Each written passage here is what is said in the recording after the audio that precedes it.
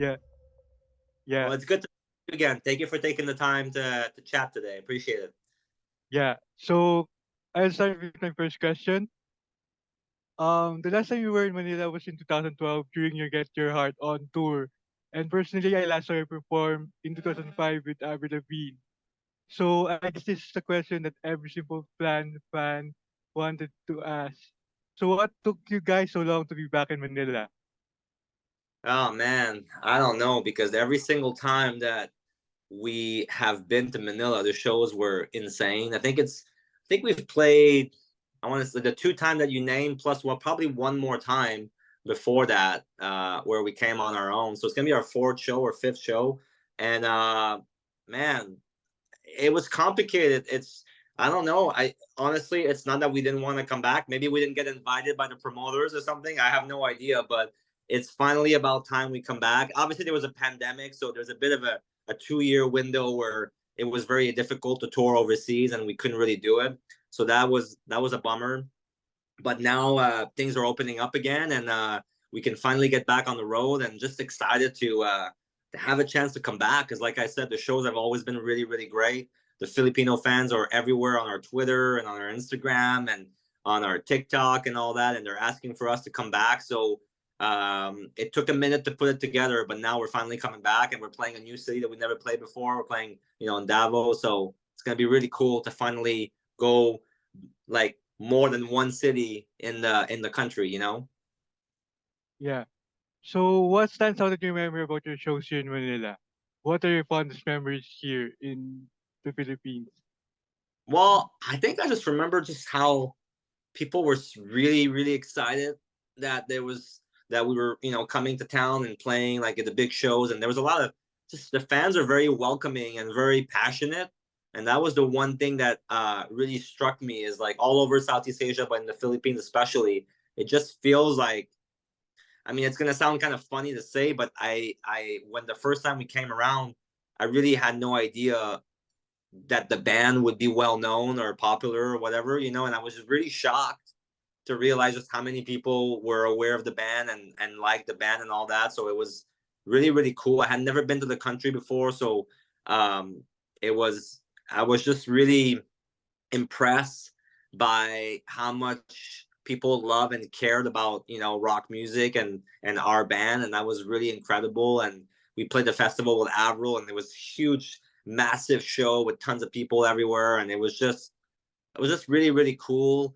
I'm trying to think of what else I remember from the country. I mean, it was just beautiful. The weather was perfect. It was, I don't know. It's just I one thing I want to do is eventually I want to just get out of only Manila. I want to go see like all the beaches and all that because I know that it's an incredibly beautiful country. I've read about it and I know that it's absolutely stunning. So I hope that maybe this time or maybe next time we're gonna go and visit some other parts and not just do the big city, but go see the whole country. Yeah, you should visit Boracay, our famous beach. Yeah. Okay, cool. And I I think will. Davao has a beach too. So you Okay. so you can visit the beaches there. Yeah. Yeah, amazing. So what can your fans expect from your upcoming concerts in Manila and Davao? I think just lots of energy and fun and excitement. And I think we're the kind of band that if you've seen us live before, like we like to get on stage and we just want to put on the most energetic show that we can. We still have tons of fun jumping around and just going crazy. I like to go in the crowd and like crowd surf and high five everybody and just really make it like an interactive kind of evening with people. And I think we just like to keep it. Want to make sure that everybody that comes to the show, I know that the tickets are expensive and all that for shows in the Philippines in general. So we want to give people like a show that they're gonna remember and they're gonna feel like, oh man, I'm so glad I came out. I'm so glad I was there, and for sure I'm coming back next time. You know what I mean? So that's kind of how we approach every show. We're gonna play some of our new stuff that we just put out on the last record, but also lots of the big song that people want to hear from all the records. So it's kind of like a greatest hits with some new music as well, and just make it fun and exciting, and make it like a special night. I'm so excited right now. So I look forward to that. Yeah. Amazing. Yeah, we're excited, and honestly, you know, the the reason why I know the show is going to be awesome is because I know that all the Filipino crowds are always so intense and passionate. So that's half the battle. If the crowd's into it, it gets us into it even more. So I know that I'm already confident that the show is going to have this high level of energy from the crowd. So we're going to give it right back. Yeah. Since the shows have come back since the pandemic, what do you love most about playing live? Oh, that's a good question. I think the pandemic made us realize that we were very lucky that we got to do this for 20 years, and lots of bands don't last that long or don't get the chance to do as much touring as we've had, and they don't get the chance to travel overseas. So for me, what I've realized is like I realized just because you can get used to things or you can get a bit jaded sometimes. And the one thing that it made me realize like is like holy shit, uh, I can't believe how great this job is. I get to like get on the airplane and go play all over the world and like all the coolest places in the world, the coolest cities. I can bring my family now, so that's one thing that I've that I started to do with since the pandemic is like try to if I'm gonna keep doing this and because what's hard is now that we have kids and families, it's hard to be away from them. So for me, the solution or the difference from before is like, well, if I'm gonna keep traveling and touring, I want my kid to benefit from it and to come along. So I'm bringing my son a lot more. He's gonna come to Japan on this trip with me for the first time. I brought him to Germany, so I bring him all over and I want to show him the world. So next time we come to the Philippines, I think I'm going to try to. Obviously, he's in school, so it's not easy, but I'm going to try to bring him, and we're going to go to a beach and have an amazing vacation. But that's my point: is like try to cherish the things that we have more. Try to enjoy them. Try to make every second count, and try to make um, the experience more special. Because it's when you take a step back and you realize that we've played in over 68, 69 countries now, like I don't know, you think and you're like, man, that's pretty amazing. I'm pretty fortunate, I'm pretty privileged, so I just think try to enjoy it as much as I can is my new resolution, if that makes sense. Yeah. So Hard Than It Looks was completed just before the pandemic. So were you happy that it was released post pandemic? The album was released post pandemic. Yeah, I think so. I think it was the right move. I mean, we had the record done and then the whole world kind of shut down and we asked ourselves, okay, what do we do? Do we put this out now? We can't tour, we can't travel, we can't promote it, you know, and there was so much stuff happening. Um, there was so much in the news and it just didn't feel like we were going to get the attention that we felt the music deserved. So we held off and I'm really glad because we've put it out and we started touring right away last year. Like in April was our first tour in Mexico and we did the US, we did Europe, and while we waited, the world changed. Like musically, pop punk came back stronger than ever. Like you got When We Were Young festival blowing up. You got um like Machine Gun Kelly that like is one of the biggest mainstream star right now. So the music, people are so interested in pop punk again. So it was kind of like a blessing in disguise to have to wait because when we came back, people were massively interested in the sound that we kind of been doing for 20 years. And people are new people are discovering our band. New fans are basically like learning about Simple Plan for the first time. Our old fans are coming back through TikTok and social media. Like we had the I'm Just a Kid challenge. So many older fans that maybe had forgotten about the band are coming back and saying, "Oh my god, I can't believe you guys are still around. I want to see you live. I want to." So it's been a really fun and awesome period for the band, and I think a lot of it happened is because we waited for the right timing. So lots of things in life are being or about being at the right place at the right time, and I felt like that was a good move for that reason. How has the pandemic affected you and the band? And how did you get productive during that time? Yeah, well, it was pretty interesting. it was we never thought it would last this long. Like being shut down at home, we thought it would be a few weeks, so we had to postpone some shows and some tours. And as the weeks went by, we're like, oh my god, this is actually not going to be a 1 or 2 months thing. It's going to be a while. And I think what we did, we all have kids now, so they were out of school. So we had to like pretty much just focus on that, like on taking care of our kids, taking care of our families. So we really kind of, I wouldn't say we forgot that we were like Chuck from Simple Plan or Pierre from Simple Plan, but we kind of just, that wasn't very important. You know what I mean? It was kind of like it became a like second, and all our priority was making sure our kids are okay and like our house is okay, everybody's safe and all that.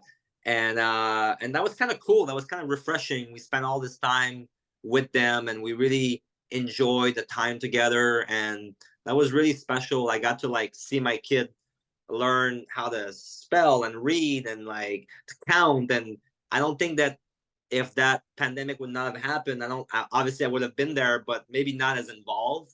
So it was quite remarkable in terms of connection, like how we bonded together. That was rad. And then we started talking about, okay, well, we should probably get back to the band after a year and a half. Like, okay, we got to put out some music, and we start planning.